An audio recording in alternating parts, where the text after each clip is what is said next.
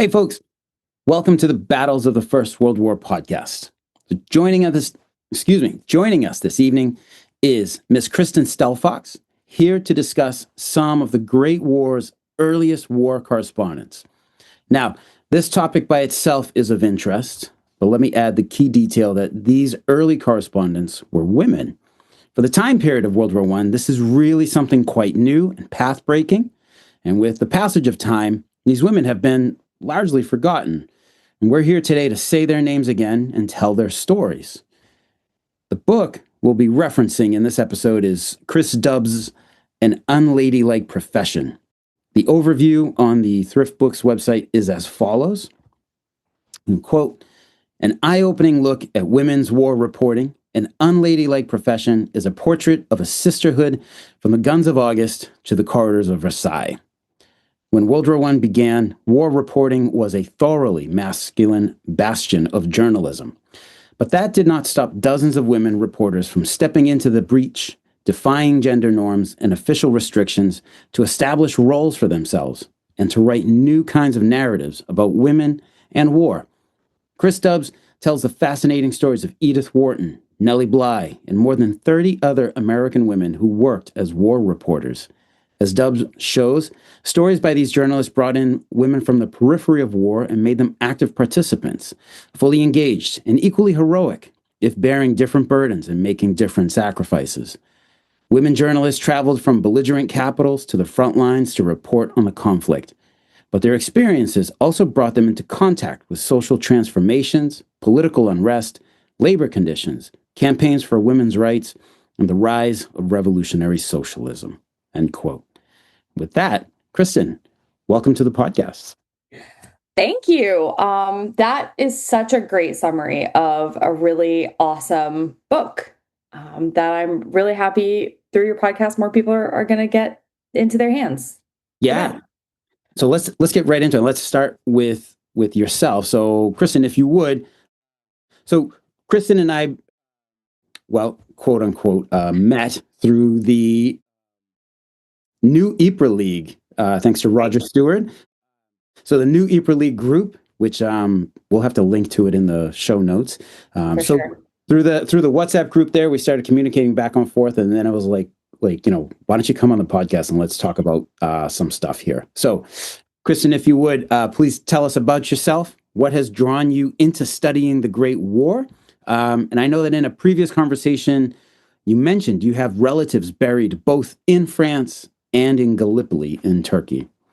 Yeah. Love just the serendipitous meet. The WhatsApp group chat that is not silenced. That is one group chat that I let those alerts just chime in. So I'm sure, as most of your listeners know, the Commonwealth War Graves Commission has done really the Herculean task of recording the names and the dates and the places of the fallen. And in planning a Western Front road trip with my dad, I did a Google, like most people probably would, and I learned that many Stelfoxes were in the conflict. So my cousin on my dad's side is the real genealogist. Our last name is pretty unique, though, so they're somewhere on the family tree. Just to kind of, call them out and remember them. Private Ernest Stelfox of the East Lancashire Regiment. He's on panel 34 of the Menin Gate. Oh, And Private Charles Stelfox of the King's Liverpool Regiment is on the wall at Thiepval. And the staff there were just really lovely, the volunteers that are there. And my dad and I were also able to see a headstone. So we did have someone who actually was able to be buried. And he was from the Lancashire Fusiliers, and he's buried at Polkapelle. Also, as we're doing the shout outs to Steve from Salient Tours and the British Grenadier Bookshop, he had an old CD, and we were chit-chatting about names and people, and he's like, actually, let me look if you've got the name of the headstone and the date. And he was able to pull a regimental record of the day of that particular battle when George Henry was killed. And because he was an officer, there was actually a little bit of context for the battle. Very tiny, but, for someone who's an amateur historian, it's the nugget that you hope to find, right? As far as what draws me to World War I, there's so many layers. I think overall it's really just the absurdity. It's what I keep coming back to. It's a perfect case study in political leadership, misreading the developments of the early modern world.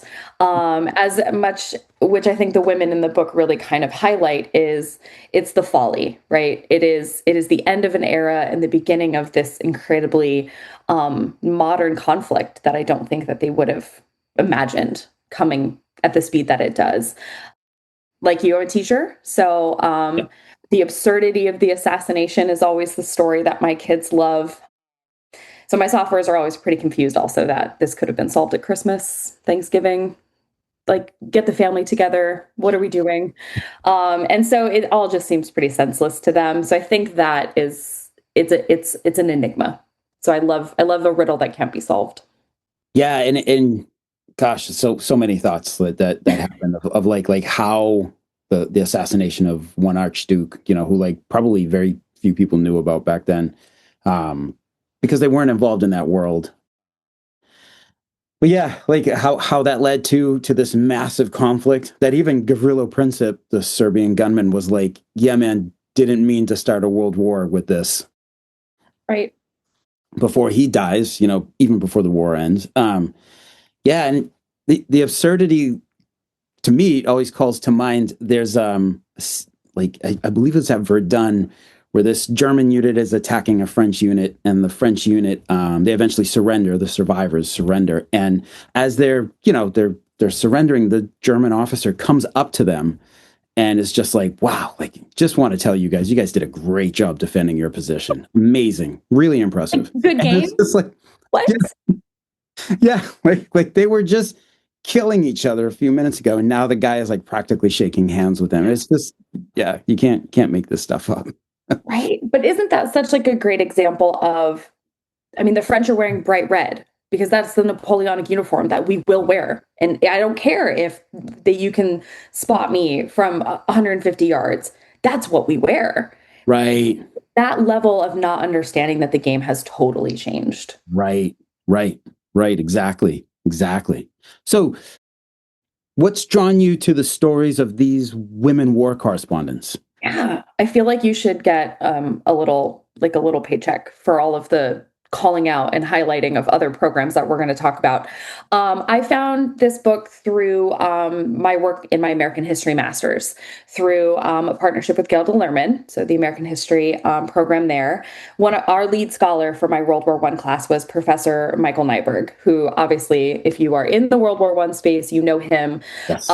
He writes a lot about, in one of his lectures, he spoke about Mary Roberts Reinhardt and her motivation to go see for herself. And immediately, that was one line in a lecture that I was like, who is this woman? What is she doing? How is this like, what do you mean she just goes and sees for herself? And that kind of, again, it's just a quick Google search, and all of a sudden, here was this, person who saw the same interest, I guess. And I just needed to know more. That's how I made my way there. And so my research paper for this class focused on, it's a little bit broader. I focused on sort of the intersection between these three women that we're going to speak about: Edith Wharton, Nellie Bly, who was already doing some investigative journal work in New York, and the sort of progressive women, your Jane Addams, your Emma Goldman. Mhm. This was a really cauldron, bubbling time of women busting into spaces. Right. And I thought it was very interesting that you had peace activists who were writing and agitating. And then you also had these women in conflict who were doing the same thing. So my paper broadly spoke on that. But these three women were doing something really vital for the war front as well. Right. So, like, thinking of the average person out there, but also the World War One enthusiast who may not know of these women. You've already alluded to like what makes them so noteworthy, but I guess to zero in on our three: Edith Wharton, Nellie Bly, and Mary Roberts Reinhardt are the three women that we're going to talk about this evening. So, what makes them stand out even more so? So they have status, right? I think when we look at history, who gets a voice is usually that sort of top tier entry point. They were upper class, well-educated women who already had some name recognition, and that gives them entry into some spaces that at the early sort of 1914, 1915 point in the conflict, no one was there. And it's also, again, just the serendipitous dumb luck. Edith Wharton was in Europe already. Nellie Bly already had a bug. She was very interested in going places where she knew she kind of shouldn't be. And Mary Roberts Rinehart was, I think, the realist of the group. She was digesting a lot of the content about Belgium and about the invasion, and I think is sort of a clarion call to us these days. She was hearing this information and said, "You know what? I need to fact check. I need to go see if this is legitimate." And so they had this. They had the access to go and do that, and it was because of their status and privilege that they did get the doors opened for them. And they used it. I think they used it for good. They used it for the power of good. Okay, so in the book, I came across a few paragraphs in Chris Stubbs's Unladylike Profession that really struck me as a core meaning of who these women were and what their work meant. The passage is primarily about Edith Wharton and Mary Roberts Rinehart, but I believe it encompasses all of the women war correspondents, and I will read, it's about a page in length here. So it's in a section called Mapping the Landscape of the War. So, quote, "The war articles of Edith Wharton and Mary Roberts Rinehart ran April through November 1915. Such adept observers of the human condition and so capable of dramatizing it, these novelists became travelers in the war. Their articles have the feel of travel narratives. Sections were prefaced with, 'From my journal,' or carried the location and date. They featured the places they visited, things they saw, people they met, and their experiences along the way. They shared what it was like to travel by ship, train, and automobile in a time of war, as well as their lodgings and meals. Since neither of them had experience with war, they came to their adventure as naively as any of their readers. The fact that they were often the first correspondent to be somewhere or to do something added uniqueness to their reporting, and each would often point out that she was the only woman to visit an area or have such an experience. When Wharton visited some of the hospitals outside Verdun, she mentioned that no women nurses worked in any of those facilities. Rinehart was the only woman aboard the ship crossing the English Channel to France. She was the only woman in a Dunkirk hotel dining room full of officers when the city came under a bombing attack. They were women in a dangerous and almost exclusively male world, but they were not just any women. They were not hard-scrabble newspaper women, toughened by the daily grind of covering the grittier stories of the day, not war nurses devoted to tedium and hardship, or female ambulance drivers, fatalistic about life near the front. Mary Roberts Rinehart and Edith Wharton were moneyed, cultured, famous, and articulate reporters of the human condition. They could enthuse about a Gothic cathedral, interview royalty, or slog through a frontline trench.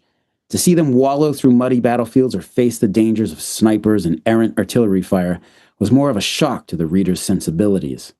For years, Edith Wharton published fiction about high society and travel pieces describing Europe's charms and cultural heritage. Now she drew an eyewitness picture of its destruction. Rinehart wrestled with her fears of walking into no man's land as barbed wire tore at her clothes, and she stepped gingerly through floodwaters polluted with corpses. These were jarring images that demonstrated their pluck and challenged conventions of the period. End quote. Damn, these oh, these ladies were tough and incredibly brave, privileged, but like you said, like I think coming from their position of privilege, like having that almost like a an unconscious obligation to do good, to fact check and really and get these stories out to the world. So amazing. So we've got to start talking about them. So let's start with Edith Wharton, if we would. Can you tell us about Edith Wharton? Yeah, I think you're right on it with this sort of subconscious cultural obligation. Edith is the history of her work prior to getting into sort of journalism, air quotes, is she's writing social commentary. Age of Innocence it's a Pulitzer Prize winning novel about the upper class, sort of gilded age of New York City, and this woman who comes back to the community. I don't want to spoil it for folks who haven't read it yet.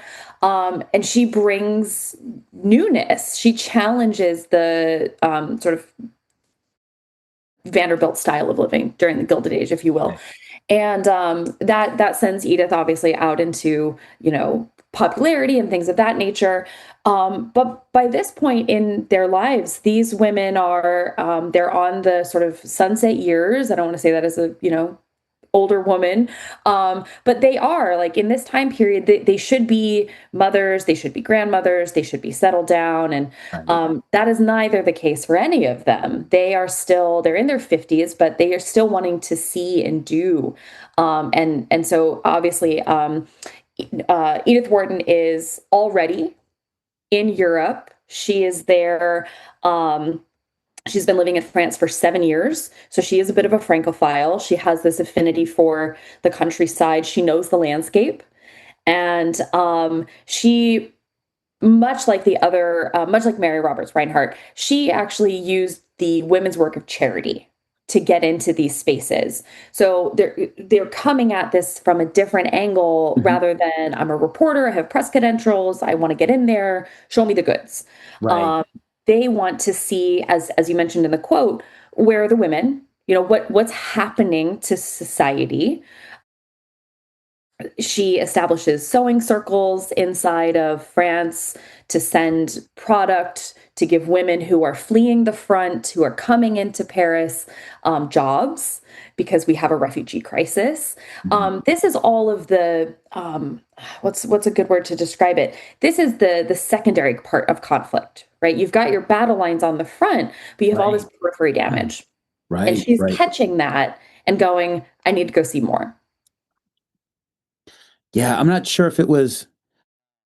What I'm kind of confusing them now, but I think it was Edith Wharton. I think she was visiting the hospitals, and I think she used her credentials as like being an American and knowing that she could get the word out to get donations in to folks, and they were kind of shutting off access. And she's like, "Well, you guys can always just fund yourselves," and they're like, "Okay, yep, yep, yep, Okay, yep, let come you on right in." in. Yeah, Yeah. And that also that credential of being an American, right? Technically, we're still neutral. yep, We also are sending. Um, they're arriving as well-known people. Edith Wharton is a well-known writer. She's right, not a spy. So right, even that mysteriousness isn't necessarily required. That anonymity probably would have worked in a negative had she just been someone who wanted to come and see. That's a little bit curious. Why? Why are you here? And here instead, she's like, "Hi, I'm Edith Wharton. I have a Pulitzer. Like, what's going on? Where's the right, money going?" right, And they're like, "Let's show you because we need, like you said, that faucet needs to keep flowing because we need help." right. Yeah, I think one of the quotes that I really loved, it's certainly in the book. It's after the flags come the wounded. So even in the writing, we're already getting this different lens of it's not quite propaganda. When I read her works, I don't get this sort of jingoistic or like, let's continue to fight, although it does support preparedness movements in the US at home. It Mhm. is a very, we would now call it a human interest story. She is saying that this war is as bad as the propaganda is making it out to be, essentially. Wow, Yeah, wow. Dang. it's heavy. Yeah, I found it interesting that Edith Wharton is brought out to the Argonne Forest area in 1915. This is even before the Battle of Verdun a year later, but like highlighting the stories out there, but also highlighting an interesting story about Sister Gabrielle, a French nun who amazing story that I picked up somewhere else along the line in my reading, but I was like, oh my God, yes, yes, Sister Gabrielle, like this I believe Edith Wharton met with her. Yeah. And this woman, just for listeners, Sister Gabrielle, it's a pretty wild story that I hope to make a little episode of it. But a French nun who stood up to the invading Germans. Pretty amazing story. Um, yeah. I actually, yeah, I do. I think she's in the article. So obviously, Dubs references many of the works that the Hmm. women published. So Scribner's magazine was sort of the string through which Edith Wharton starts to get paid on the daily. And all of those are still available online, PDF form. I printed one today just to see how, how it held up, and is it flowery, is it, is she doing literature, what is she Yeah. doing? um and she mentions Sister Gabrielle and another nun, and that these women are doing the work on the front lines because there is no infrastructure yet. It's too early, like you said. This is before Verdun. Their work is published right around the time that the Lusitania is sank, so we're seeing the convergence here, but who's doing the work? These young men are in the trenches that are being built. She describes them as impossible to distinguish between the French and the German lines. They're only 100 feet apart. But it's nuns. They are the people who are opening their churches, the basements, the rectories to care for the wounded. And then they are also telling the Germans, keep it moving, which is insane. Yeah. Yeah. All right. That's Edith Wharton, which is plenty to read, and that's so amazing that you can access her work today. Like God, it makes so much sense, but like you just don't think of it. It's all available online, and listeners, you guys can get out there and read these articles firsthand that were written right during the war. So, moving on now, Mary Roberts Reinhardt. Now, when I heard that name, I was like, I know that name, and turns out I actually have her one of her like mystery novels on my shelf. It's called 23 and a half hours leave. I read it last Christmas. It's a quick read, interesting, quick book, not too deep, entertaining. And but I think she was a well-known mystery fiction author already when she goes. So can you tell us a little more about her? Yeah, if I'm not mistaken, I think that we sort of imagine her as like our American version of Agatha Christie. She's just sort of Okay. pumping out your dime novels that are like, if you're following the Chekhov's gun reference, like you're gonna solve it before it's over. Um, but like that's the time period that we're functioning in, right? And she found Yeah. a niche, and she was like, let's let it ride, let it ride. Nothing wrong with it. Like Oh, whatever gets folks reading is excellent. So yeah. right. And so again, she already has this author background. Her and Wharton are working sort of along those same lines. Again, they're both in their 50s. But she's not in country, right? So she had a very highly publicized send-off. She speaks very candidly about trying to get to Calais and her press pass that's sort of manufactured, I would say. Mhm. It might not work. On page 65 of the book, she kind of gives her like her speech, hyping herself up, I guess. I did not intend to let the biggest thing of in my life go by without having been a part of it. And I can just hear that like late Victorian era, you know, Gibson girl tone, Yes. saying like, Yes. I'm going as well. And then just, Yeah. Mary Poppinsing her way off into battle. And a similar quote is going to be made by millions of American boys, like just a couple of years later, where they're like, yeah, like we knew how bad it was, but you know what? This is the biggest thing in our lives, and we weren't going to miss it. So it's like, oh wow, man, it's so funny to hear that even back then. Which is wild. That's the again, I think this why are we all so motivated to like have this conversation? World War II is the good and glorious war. It has a beginning, a middle, a very clear end. Right. Like this was it for people. I can go and become, I can make a name for myself. It's almost like chivalristic, if I just made up a word, where it's like I'm going to go and become someone and gain land and name and for fame and fortune. And the women are like, yeah, me too. Absolutely. There's Yeah, money to be made. Let's go. yeah, yeah, yeah. And chivalristic is a word because you are a teacher, and teachers, I've decided. yeah, they have the exclusive right where they can just create words on the spot. Excellent. Yeah, Perfect. it's in the rule book somewhere. So So it has to be, right? In one of the tests we took. yeah, yeah, yeah, yeah. It's in there. Some that's the part that I remember best.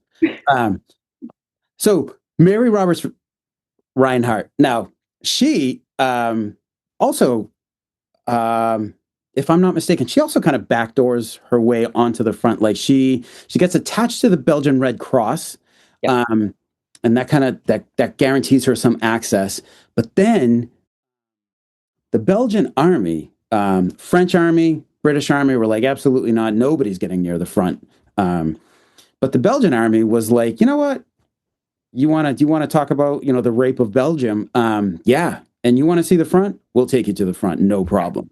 And it's interesting the way Dubs writes it. It's like the Belgian army didn't quite know what they were doing either. They had never brought reporters like to the front before. So they bring Mary Roberts Reinhardt along with like five other male journalists Right. and take them to the Iser front where like they are just a few hundred meters away from the Germans, and the with the magnesium flares popping up at night, and like Mary is talking about like, oh my god, like that the water, like she knows that there's bodies in the water, like the place stinks, like the barbed wire is ripping up her leggings and stuff like that. And it's like it's real. It's real. And she's talking to Belgian soldiers who are like, yeah, the Germans are like 150 yards away, like, and I think even she was a little bit like, oh man, like I kind of didn't realize I was going to be this deep into it. Like, Absolutely. I mean, she gets to not only see it, sort of like full sensory immersion.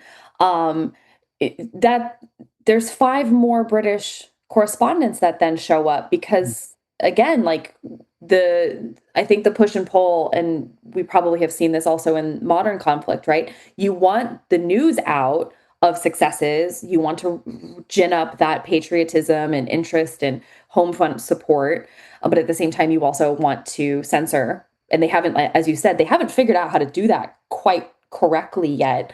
But by the time those other five British journalists show up, we get J.M. Barrie, Peter Pan, we get Arthur Conan Doyle. So we're getting big names who are bringing also a different, more I would say war correspondent style, where Roberts Reinhardt is still using that Belgian Red Cross access to navigate both what's in her own book, which is also still in print, if you are so really? interested. Yeah, Kings, Queens, and Pawns, an American Woman at the Front. Oh, The margins are wildly tight. Um, but she says, she goes, I was in the hospitals during the day where most men didn't feel that there was any action, right? That's not the action movie that they've come to right, see. But then she's in the trenches at night because at night it was safe to go into the trenches right. because that's when most of the firefight has subdued to some extent. So it's sort of she's bookending it in a very different way.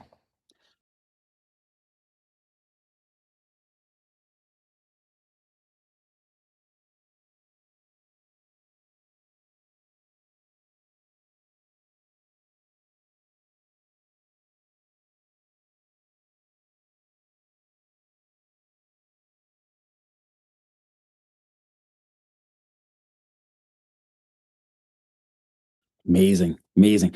Also, in reading, so she visited. I hope I don't to my Belgian friends, particularly to Bart de Beer. I hope I don't butcher this. Is Ode Stuvekenskirke. It was a little hamlet that was destroyed. In that little hamlet, there was a church that a um, brother Marshal Lecoux. He was a forward artillery observer. So this gentleman, I believe, he was a monk, very motivated by the invasion of Belgium to serve his country. I believe he was already a serving monk at the time, and then he kind of like, I think, paused his vows with permission, became Wow. a Belgian army officer, and he is the monk soldier in that church that Mary Roberts Reinhardt meets at night. And he's telling her about, like, that part of the front and stuff like that. And it's just like, oh my God, I was just there, like just a couple months ago, like at that very spot. I had, I had never heard of it before, but here it is coming up twice in just a couple of months. So Is she mentioned at the church that you happen to be visiting at I don't your believe so. I don't believe so. They mainly focused on Brother Marshall. That's how they address him. And in the memorial chapel that they've built on the site, they have pictures of, like, or excuse me, in the stained glass. Mm, Brother Marshall is right. represented. So really, really amazing. But like, that place was the front line, and Roberts Reinhardt was there, like at night, speaking with that officer. And she actually, I think she was like, this guy, his days are numbered. Like, the Germans are going to take down this church. And newsflash, they eventually do. But Brother Marshall survived. Oh, And wow. long life. Yeah, yeah. So amazing, just an amazing story, like amazing access, but also, like you said, like, an um an older woman, like, doing this work of telling Belgium's story to the world. And now, Very- Oh, I'm oh, go sorry. Go ahead, ahead. please. No, no, no, Well, please. I was she in her introduction to her book. It's also a long quote. For I'm always, as a teacher, I'm always looking for primary sources. What's Mhm. new? What can I blend together? She again, she's using that novelistic approach, sort of her prose, if you will. She talks about how war is not great armies going to meet in this clash and frenzy of battle. It's a boy carried on a stretcher looking up at God's blue sky. It's a mother praying to the Virgin Mary. And that is so much linked to where she is seeing the damage, right? The fruits of this conflict. It is in church.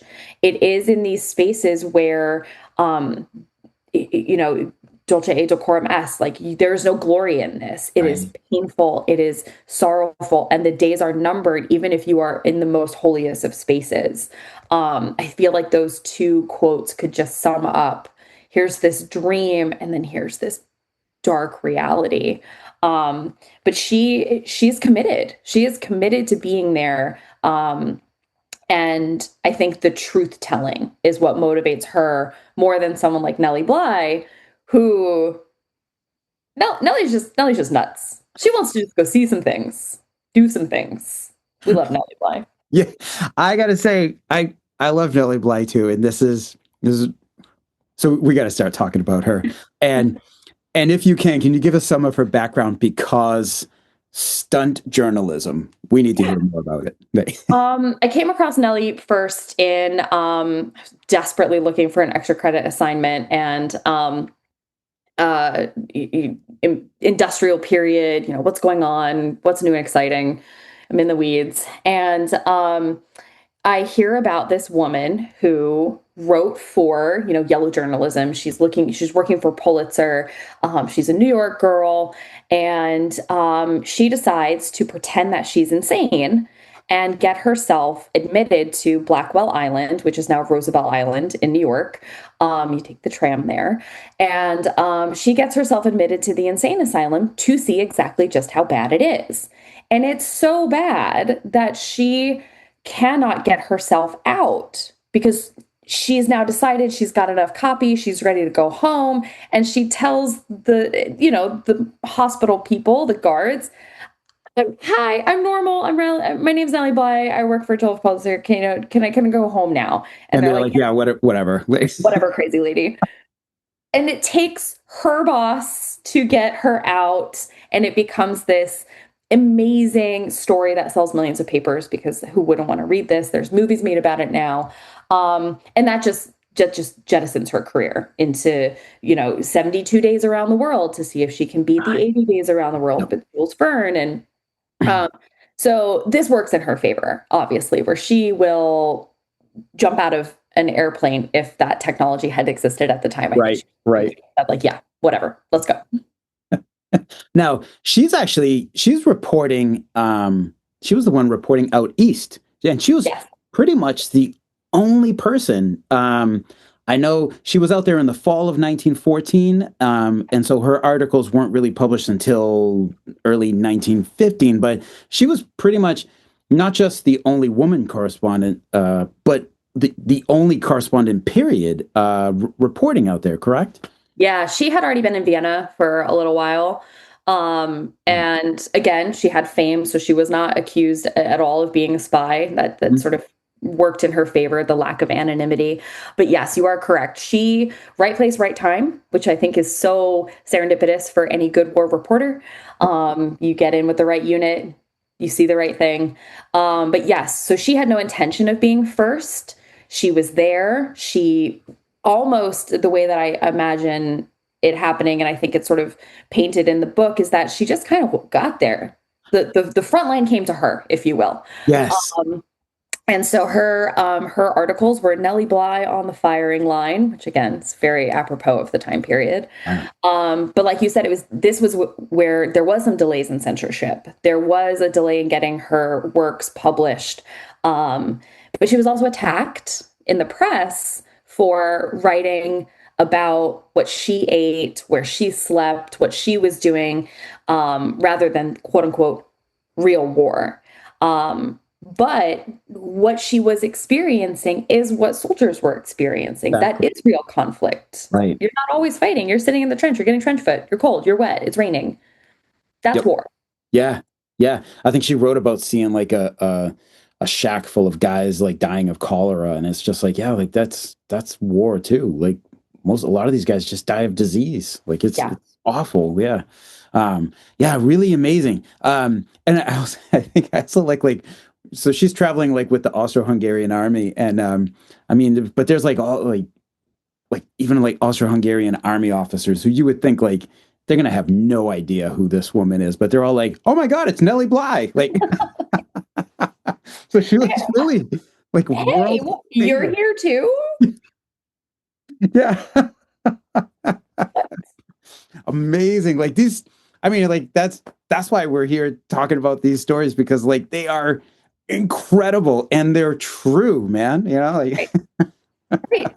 I mean, she's at um uh, now this is where my Austro-German Hungarian, I took French poorly, sorry, high school French teacher. Is it Zermil? It's basically Austro-Hungary Stalingrad. And oh she's yes. there. So That's 21 short articles in 2.5 months, and she's at Austro-Hungarian Stalingrad. yeah, Again, we're not just seeing like, oh, I want to go up in the tower and hang out with the sniper today. It's I'm in it. yeah, yeah. Ooh, and now I'm going to ask apologies of my Polish friends. I think it's pronounced Premish. Oh It's gosh, an incredibly that sounds difficult more word to right. pronounce. Yeah. But yeah, I know exactly what you're talking about. Yes, yes, she's reporting from there, and again, like even today, like it's still. I mean, there's been a book on that battle recently within the last 5-6 years, but Eastern Front is still Eastern Front World War One is still like, I mean, definitely not as many books as are produced on the Eastern Absolutely, Front. So for amazing. sure. Yeah, and obviously in the book, there are more folks who show up on the Eastern Front. There are some who are deep into Russia, Hmm. embedded, experiencing the Russian Revolution firsthand. Um, but yeah, Nellie unintentionally first and gets the scoop. Although she is unfortunately scooped by someone else who had quicker access to text, text to speak. But be that as it may, she's utilizing that spunk, that excitement to see both ends of the spectrum. I'm still working my way through the book. But can you tell us Edith Wharton, Mary Roberts Reinhardt, and Nellie Bly? Do they continue to report throughout the entire war? And what of their post-war lives? Oh my gosh, that's a great question. I was so in the weeds about what they were doing, 1914, 1915. Mhm. Most of them, I'm so happy to be fact checked later because I will go offline and correct myself. Yeah, Um, no worries. Roberts Reinhardt, gets the scoop. She gets to sit with Foch, and Right.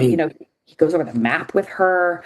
Ah, Um, and a lot of them do continue to speak out about the atrocity piece. okay. Roberts Reinhardt does come home, and she is that voice of, she's the clarion voice for truth, that no, as much as we want to imagine that the Germans are not as barbaric as the reports coming out of Belgium were, it is as bad. And that sort of conversation funnels into, we have a moral obligation to Okay. move into readiness, Building that argument. Yeah. building that argument for um, entering the conflict, for democracy, etc. Um, I think that Nellie also, she speaks to that in the article from Lorraine and the Vosges, Okay. that is available online. That her last quote that she says here is that men who made the war and men who had been made by it. So she's even calling out that obviously in France and in on the continent, if you didn't volunteer, there was the white feather that was poked on you. I think that they do unintentionally support that war effort Mhm. because of just the raw violence that they see. But they do. I mean, I don't think Nellie writes anything more once she's home, because once back in country, once back in the United States, they do kind of sort of settle back into that sunset years of post-war Gotcha. running through what they've been able to do, doing Mhm. a little bit of work, I guess, like here rather than there. Um, Right. because as the book goes on, more younger, different lens women. There's a woman who joins the U.S. Army as, if you haven't gotten to that section in the book yet, Oh, not she yet. actually joins as like an official war correspondent for the U.S. Army. So this professionalizes a little bit over time. Which then, of course, we know shifts because you have Lee Miller in World War II, who's actually not allowed to be part of the U.S. military. They don't allow women war correspondents, so she has to go through Vogue magazine. Um, hash, Shout out to the great Lee Miller movie with Kate Winslet. It's so good. And then we see this again in Vietnam, where women who were in Saigon wanted to see things. And because Vietnam is a little bit different, Right. because it's not officially a designated act of war, Mhm. that ban on women reporters was not enforced until Westmoreland ends up having an accidental encounter with a daughter of a friend he knew in California.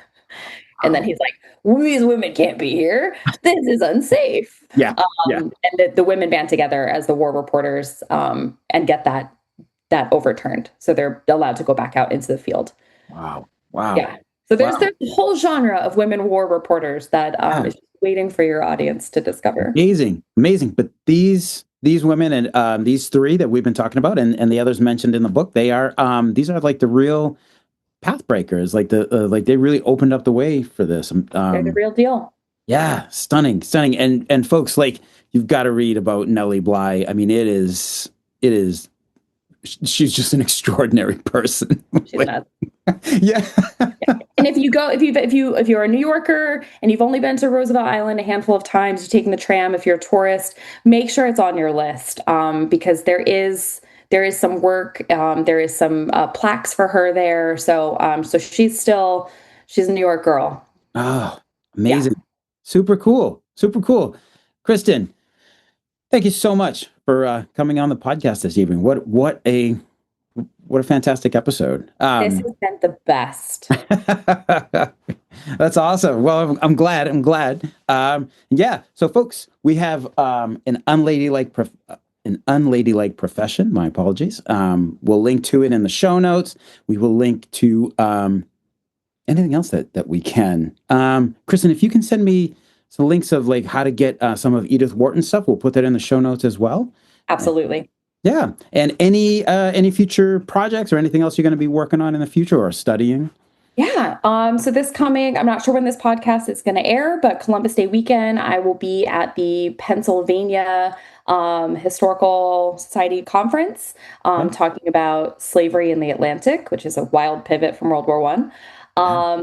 And then if you happen to be at the National Council for Social Studies Conference in DC, I will be there presenting on women's history and how to build a women's history curriculum.